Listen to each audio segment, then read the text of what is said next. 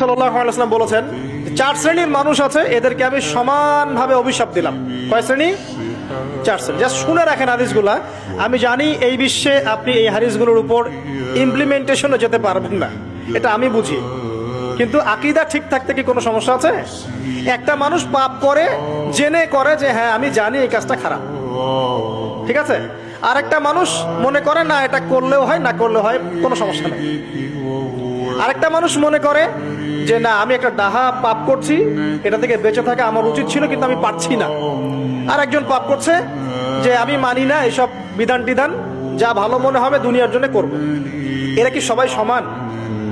একজন মানুষ যে জানে যে এটা খারাপ কাজ কিন্তু বাধ্য হয়ে সে করতে হচ্ছে, সে ব্যক্তি তো ওর চেয়ে কিছুটা হলেও উত্তম নাকি যে ব্যক্তি দেধারসে পাপ করছে? আচ্ছা, ওই যে এক ছেলে বলেছিল আমাদেরকে মেসেজ করে যে আমি একটা মেয়েকে খুব ভালোবাসি হুজুর, তাকে বিয়ে করতে চাই, এখন ওই মেয়ের বাসার লোকজন রাজি হচ্ছে না। তো এই ছেলের মধ্যে হারাম অ্যাফেয়ার্সে আছে ঠিকই, কিন্তু সে তাকে বিয়ে করতে চায়, ওটা হালাল করতে চায়।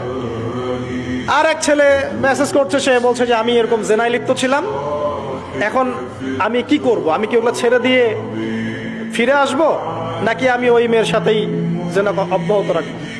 এই দুই ব্যক্তি কি সমান? সমান না। এটাই বোঝাচ্ছি আপনাদেরকে। দেখুন, চার শ্রেণীর মানুষের কথা নবীজি বলেছেন। এক শ্রেণী হচ্ছে সেই ব্যক্তি যে নিজে সুদ খায়।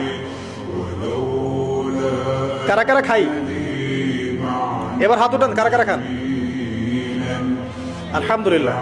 দ্বিতীয় শ্রেণী যারা খায় না কিন্তু মানুষকে দেয়। এবার দেন কারা কারা? আচ্ছা। তিন নাম্বার, খায়ও না দেয়ও না, খায়ও না দেয়ও না, সাক্ষী থাকে। সাক্ষী আছেন কারা কারা? সাক্ষী অনেক জনে আছে।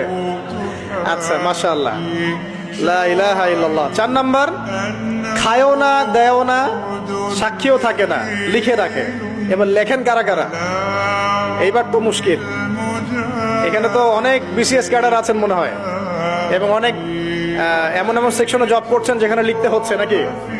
তো এই চার শ্রেণীর মানুষকে নবী সাল্লাল্লাহু আলাইহি ওয়াসাল্লাম কি করেছেন ভাই, আমি শুনাই আপনাকে খালি। আল্লাহ নবী বলেছেন যে আমি চার শ্রেণীর মানুষকে সমানভাবে অভিশাপ দিয়ে গেলাম, এতটুকু বলেছেন।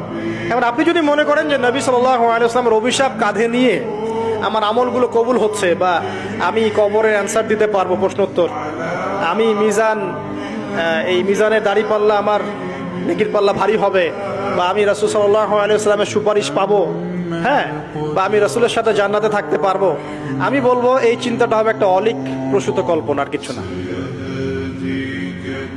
এখন তওবা করেন আমার সাথে, বলেন আজকে থেকে কোনো রকমের সুদি কারবারে থাকবো না।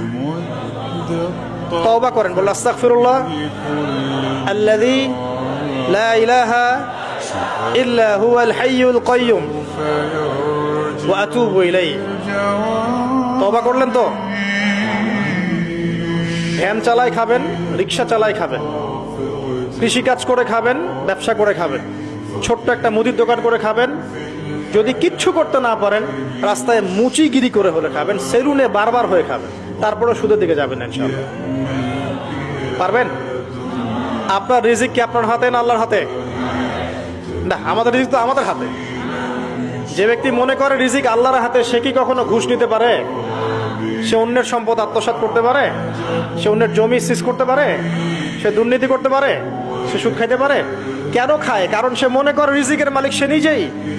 এগুলো করলে তার সম্পদ বাড়বে, না করলে সম্পদ বাড়বে না, এই কারণেই তো সে কাজগুলো করে। আর আমি খুব ভালোই বুঝি, অ্যাটলিস্ট আমি খুব ভালোই বুঝি যে এই কাজগুলো ব্যক্তিরা কেন করে। উত্তর শুনবেন? উত্তর হচ্ছে পরিবারের জন্য। কার জন্য? পরিবারের জন্য। মা, বৃদ্ধ মা আছে দেখতে হবে, দুই বাবা আছে দেখতে হবে, স্ত্রী আছে, আর স্ত্রী মাশাআল্লাহ একদম ফেমিনিস্ট, তার চাহিদা পূরণ করতে তার হিমশিম খেতে হয়। হ্যাঁ, একটা শাড়ি নেবে 20,000, ঠিক আছে, স্ত্রীর চাহিদা অনেক, গহনা গাড়ির অনেক চাহিদা, আর না দিলে তো আবার সমস্যা, বাসায় গেলে তো মানসিক টর্চার সেলে রেখে দিবে। এখনকার বেশিরভাগ পুরুষই কিন্তু নির্যাতনের শিকার। এখনকার বেশিরভাগ পুরুষ কিন্তু পুরুষ নির্যাতনের শিকার। ম্যাক্সিমাম বাসায় গিয়ে দেখবেন টর্চার, এক একটা রিমান্ডের সেলের মতো, বুঝছেন? এবং এটা 7 দিন 5 দিন 7 দিনের রিমান্ড না, এটা লাইফ টাইম রিমান্ড, মানে পুরো পুরো জীবন ধরে রিমান্ড চলবে আর কি।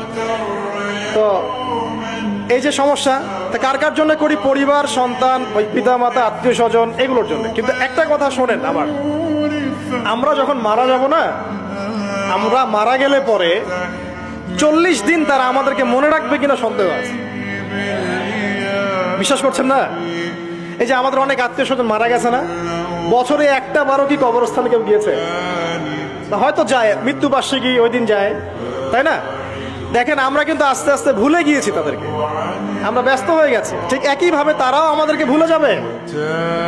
এই জন্যে আমি বারবার আপনাদেরকে মনে করে একটা কথা, আমার জীবন থেকে উপলব্ধি করি একটা কথা, যে একমাত্র আল্লাহ ছাড়া এই পৃথিবীতে এবং পরকালে আমাদের আপন বলে কেউ নাই।